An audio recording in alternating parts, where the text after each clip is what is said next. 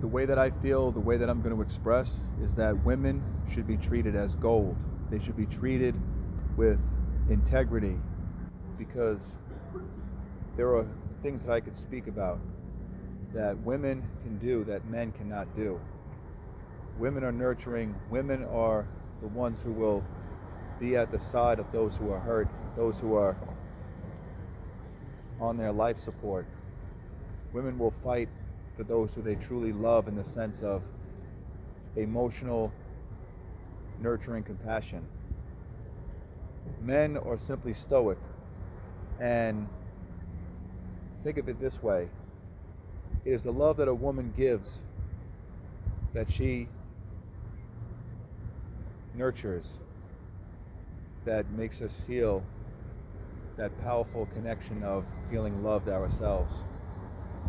You know, we have different forms of emotions, men and women, right?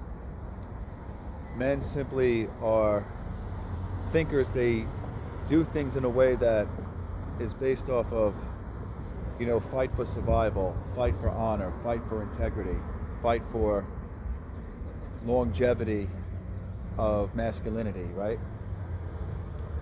But do you know that without a woman's support, without a woman's overall standby and standing in the battlefield, I'm going to say, the battle cannot be won by a man alone. The fact that we see how women can be very marginalized is a very true, I'm going to say, statement. Because you have to look at things not from the perspective of if you're a man and you're looking at women a certain way when it comes to their wants, their relationships that they endeavor and have. You can't look at them as being, simply against you as a man, because they are the choosers in any factor of relationships. They are the ones who carry life. They give birth. And where do you see, truly, I'm going to say, where the media, and we could see even from the spectrum of men that rule and that control every apparatus of society, they put women in a way to be exploited. That's true, I'm going to say. There's a lot of exploitation of women simply being marketed, being trafficked, we could even put in the realest sense, to where men, they sort of make money, they get pleasure of the things that are at the expense of women, I'm going to say. If there was no marketing for all of these adult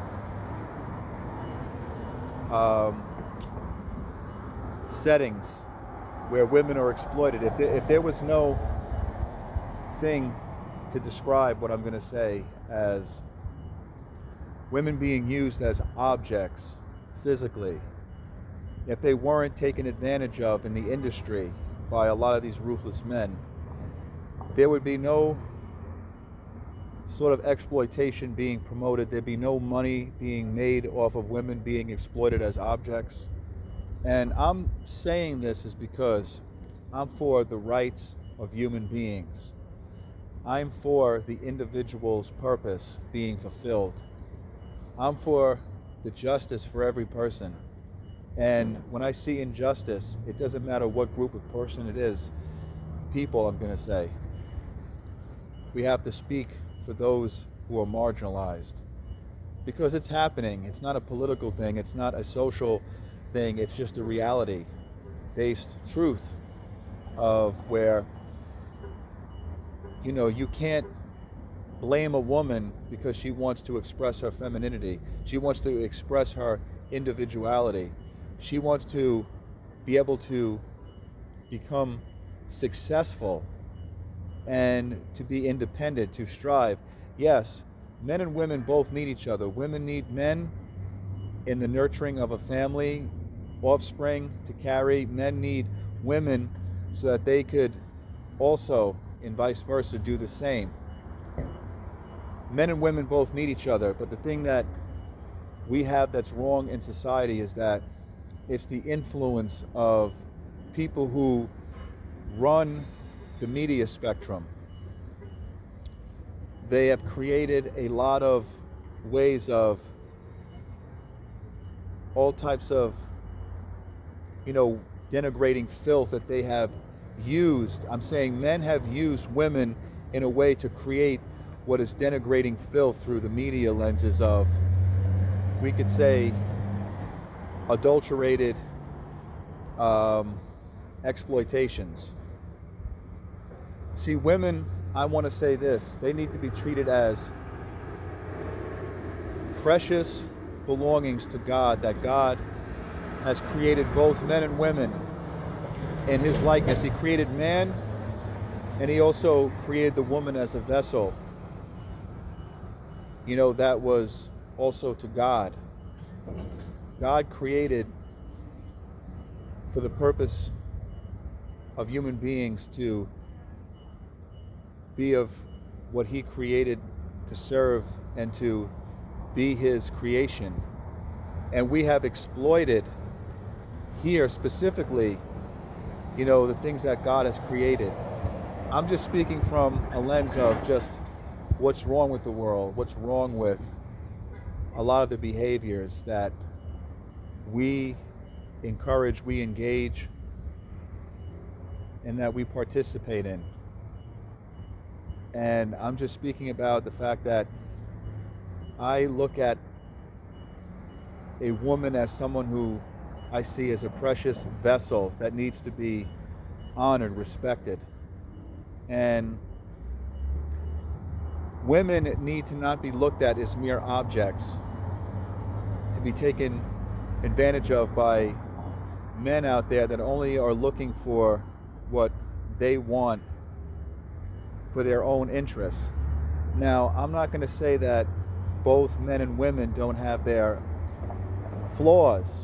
I mean, we all do things that, as human beings, that are right and wrong. But what I'm trying to say here is that men have to take responsibility in treating their women proper, to treat their women as precious ornaments, vessels.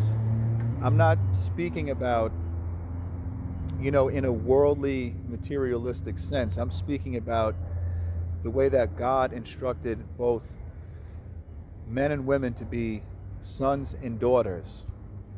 Men need to treat the women as daughters of God. We need to be the sons of God. I'm not speaking even from a religious lens. I'm speaking from the fact that we are created by God, and we have to really fight for what is of integrity. You know what I mean? We got to fight for the things that produce honor, that produce longevity, that produce what is right, what is sustainability and accountability. And I'm going to stand by the rights of every individual, groups of people that make up individuals. I'm going to stand by whoever it is that needs to be uplifted, whether anybody likes what I have to say or what is the result of people saying what they want to say based upon me speaking. It's okay. I'm not here to try to big up myself in the way that I feel about the things that's going on in the world that need to be addressed. There's issues of poverty that aren't addressed. There are issues of, scattered resources that you see where there's hunger in the streets, different places of where inequality has its, toll. And I'm speaking on levels of where people can't afford to even live in a simple room to pay rent. Everything is so astronomically high that there is more people living on the streets because unaffordable wages. There's just a lot of debt that people are enslaved by, that, people that are in charge make it unaffordable for you to get ahead and to really go where you want to go. It's just that simple. And there's a lot of hunger spiritually in people's lives that aren't being fed. And the root cause of it is so many distractions, so many propaganda think tanks that make you think in a way that is outside of your realm, outside of your flow of concentration. I mean, this world is something that we have to live in. And there's so many human rights issues, and it's because we don't have truly love inside of us as a collective unit. Like, everything is all selfish, everything is for power on every grand level, every grand scale. And the only way we're going to fix things is if we all come back to God. The only way we're going to fix greed, selfishness, misogyny, I'm saying that does exist. Toxic forms of masculinity. I'm not speaking about true, genuine masculinity, where a man is fulfilling his role as a man the way that he should be. I'm talking about this toxic, egotistical, braggadocio, wanting to fight others in order to preserve himself as being this macho, tough person image. That's not true masculinity. Masculinity is when you are a leader, you are a figure of representation for those around you, where you're influencing them to have a leg up in society, to help them with being sustained with instilling the values of what is truth, what is honesty, what is integral, providing for your family, helping those who are in need, those who are suffering that you come across, being an example of a role model. That's, being masculine, taking charge of every situation that arises, not being indecisive. You know what I mean? And looking out for those who are not as powerful, not as strong. You see, the thing is, men are strong physically. Men are also critically thinkers. They're also able to think deep on the world's stratosphere. They're able to create empires with their distinctive minds. We as men, we do research on the history that's tied to events throughout society. And yes, we have also propagated wars and things like that throughout the centuries. We have built weapons, machinery. We built, all types of, we could say, ammunition, and we have wiped out our species in wars. We have created massive amounts of murder. We have created massive amounts of control, subversion. I'm just speaking about the history of what man has done through the centuries, good and evil. Women as a whole, they are the ones who are the great nurturers. They are the ones who are the great comforters. They are the ones who have been the weaker vessels physically, but they are stronger emotionally. They are more outspoken when it comes to the things of fighting for what is a true sense of justice that they go through as far as injustices, I feel.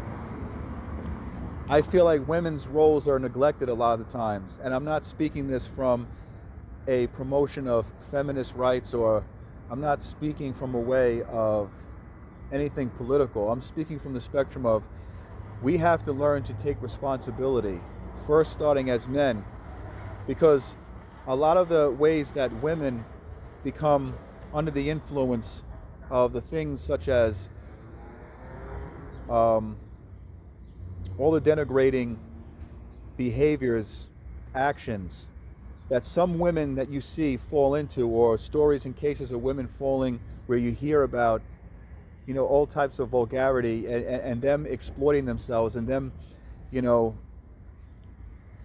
prostituting for money on the streets. A lot of it is because of how men have laid the society for all of us to behave, and women fall in that category, those who become in a vulnerable state. We have to uplift from that vulnerable state into a positive affirmation of change. And that starts with speaking out. You don't have to be somebody in a physical position of power to change things. All you have to do is spread awareness that is key with your words. All you have to do is speak your voice, and people will start to listen. If they see something that you're saying that is a chain effect, if you're really resonating with people, people will understand that it starts from the grassroots on up. See what I mean? This is what I'm talking about, flow of concentration. We nation build in other countries to take all of what is of their resources, but yet we take those resources and we use it for main corporation and factories to become stronger and larger. We don't use the resources to give to individual people in the regions that they are living in. Like, for an example, clean water is really used for those who are very rich and very powerful. They have the cleanest water to where it's like they're drinking herbal water. And yet the water that we're given is sort of like lukewarm tasting water, water that is not good for the body, water that has substance or chemicals in it that is filtered. So they don't want us to have the purest of access of what is nutrient for us. You know what I mean? They take all of the gold, all of the resources of wealth, and they store it to build greater buildings and structures. Even churches, I'm going to say, right? They want to immerse their wealth to create larger decorated ornaments in their churches, that they want to build buildings, and they want to have these buildings made into idols, these churches with giant, elaborate, gold furnished appearances inside of these churches where it's so decorated that they want to build more tabernacles to make themselves look more wealthy to the people that they're trying to get to come into their congregations. And then they're feeding them lies on top of it. They're not feeding them God's word.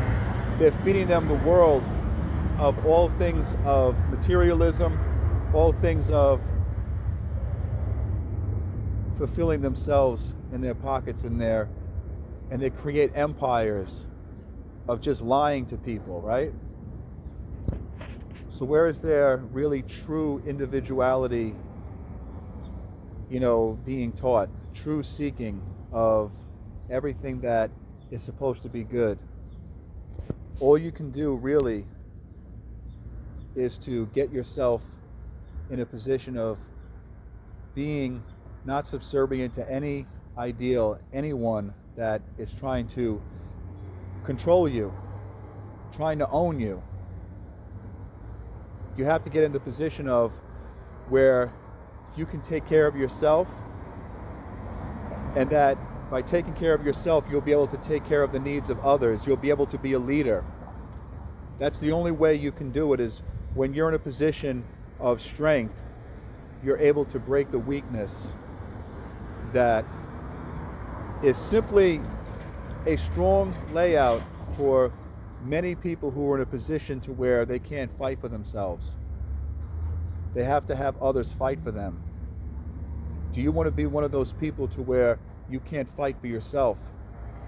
You have to fight with honor of being able to persevere through these times of challenges that are inevitable, it seems, and to fight for those that are a part of you, because you're not just by yourself in this world. You are with others that you are fighting alongside, and we are fighting for the struggle for just so that God will give everyone the opportunity to be saved, to be helped, to be loved, to be appreciated, and to do His will for His mercy on us.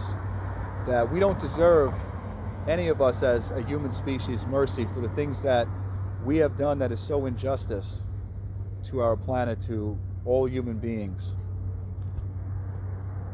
But what do?